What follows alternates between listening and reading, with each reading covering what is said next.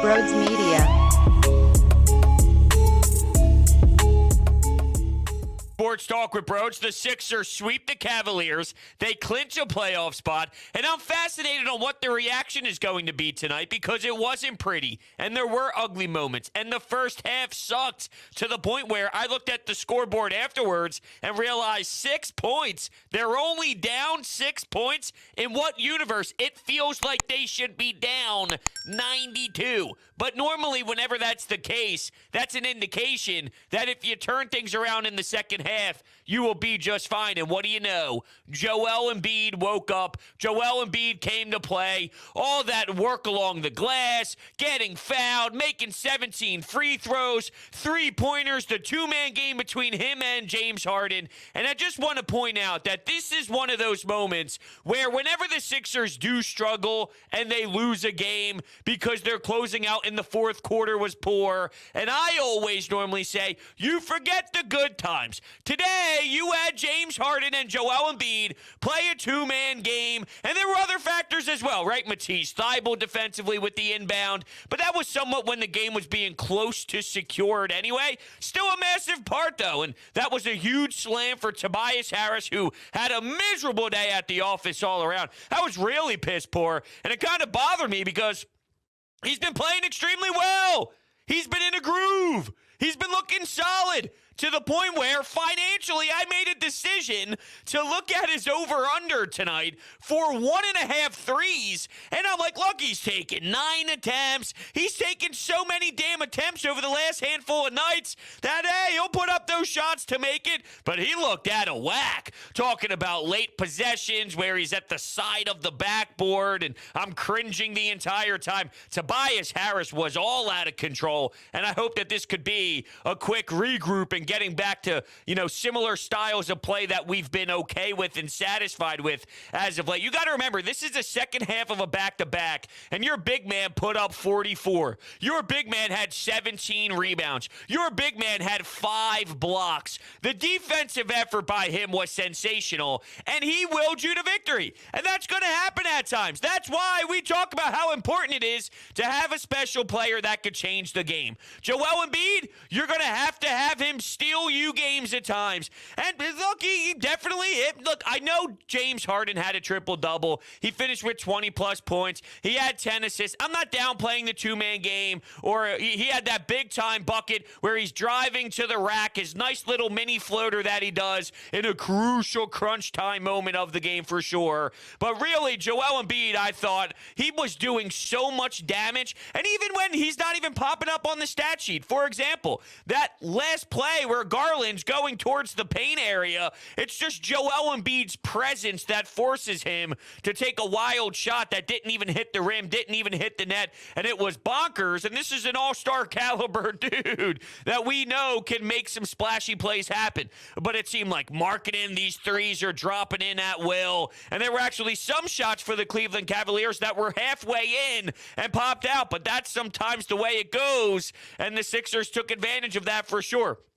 I want to focus on the fact that your MVP caliber player, Joel Embiid, after Doc Rivers just a day ago mentioned how he discussed too, Joel, look, go out there and grab 50. And Joel's like, it'll come naturally. The game will come to me. I'm not going to go out of my way for individual statistics. I'm going to play because I want to win. And then the next night, he has to because his team desperately needs him. And then he's on pace for 50. Obviously finished with 44. But just the fact that he got to that gear, he got to that tier, is what made it so much fun. And it's been a lot of basketball over the last handful of months. It's the beginning of the season, really, right? So we've seen Joel do amazing things night to night that is so damn fun to watch and so damn enjoyable. But there was a part of me, I'm not going to lie, tonight there was a part of me that went back into awe mode. I couldn't believe what I was seeing. I couldn't properly digest it. It was wow. Wow. Look at what he's doing. Look at these blocks at the glass. Look at these blocks at the rim. Look at the protection in the paint. And then look at the The fact that he misses a shot, he grabs an O rebound, he's basically getting manhandled underneath the basket. It doesn't matter, though. He still finds a way to take it off the glass and put it in. And he's fist pumping and screaming when Joel has that extra layer to him and that fire in a hostile environment against a team that's not easy to take every game. We can make fun of the Cleveland Cavaliers all we want and say that they're a fake playoff team. They're a fun, exciting team. They're a team that's trending in the right direction. You got some young talent that's super fun. They were missing some guys, but all around, we know the trajectory and the schedule, the timeline of what the Cleveland Cavaliers are. It's an exciting bunch. To take every game from them this year, I'm not going to downplay that just because it's the Cavs. Teams lose to bad teams all the time. Thinking about it, well, you would have to imagine if you lose to the Pistons and you lose to these other teams that are even way worse than the Cavs, the fact that you could handle business the way that you did against them every single time, I value that.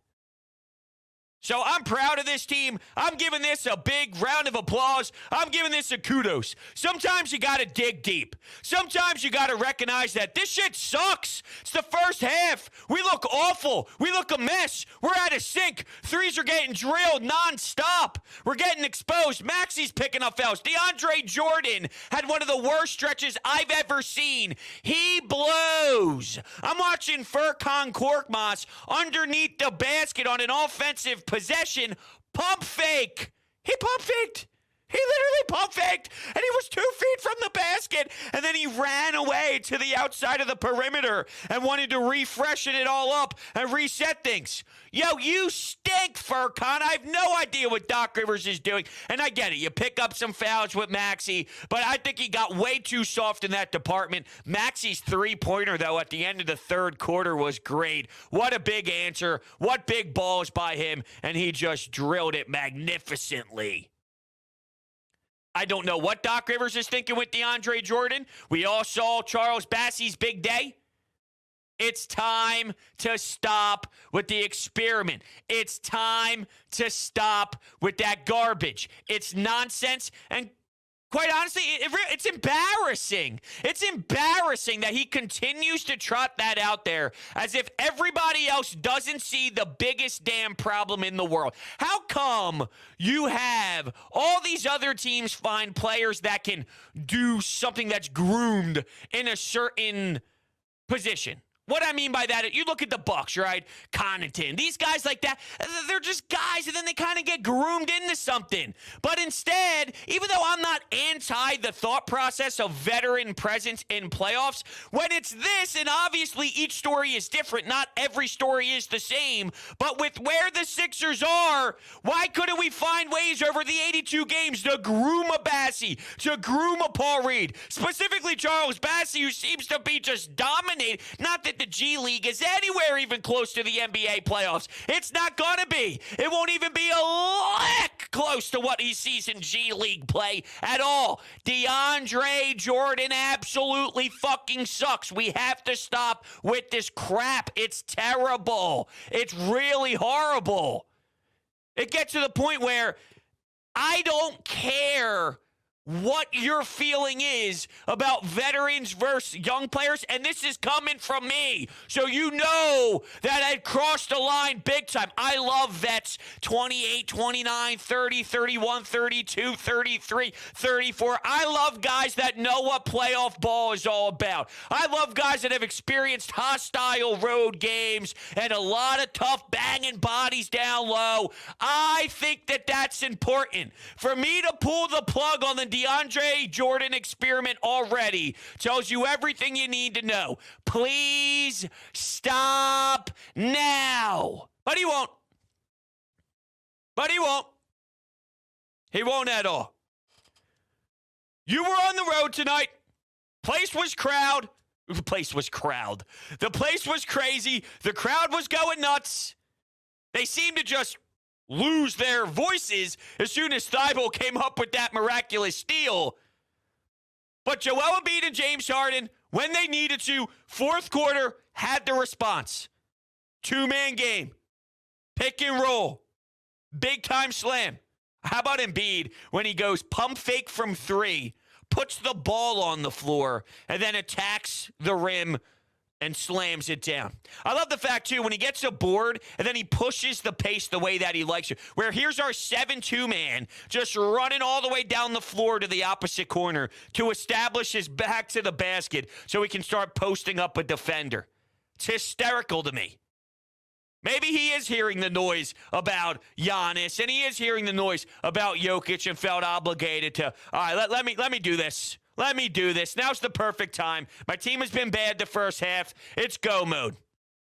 Harden struggling. It's go mode. Harden had some tough times. He shot 4 of 13. And I actually saw, we keep talking about his age, and we keep talking about the lack of burst with the hamstring. I watched him up top have a tough time trying to break down a defender, cross over, and get to the basket. He couldn't. So he had to kind of circle back around and then attack it one-on-one again. He eventually, I believe in that sequence, ended up getting fouled and going to the line, and he was laying down underneath the basket for a second or two. That could have been a different possession. There were a couple of different ones that stood out to me. But realistically, the only thing that matters here within this story is not so much what happened after the play. It's more about what happened within the play. And that's the fact that you could tell he's trying and he wants to break down his defender and then target the rim. But he's not there. It's not there. And I don't know if it's just because it's no longer in his bag of tricks with speed, or if it is solely just a hammy thing where if he gets time to regroup, and if there is an offseason where he can get more comfortable and he gives himself the proper time and space to adapt again and just get his body healthy, will it come back to him, or is it automatically gone forever because of where he is in his league? I've came to the realization that with James Harden, I'm looking for a specific role from him now. I've seen him. I've understood him. I've dissected him. I need, and I know he got in this range, I need it to be more efficient, though. More efficient than tonight. But I'm looking for 22 to 25 points a night and then double-digit assists.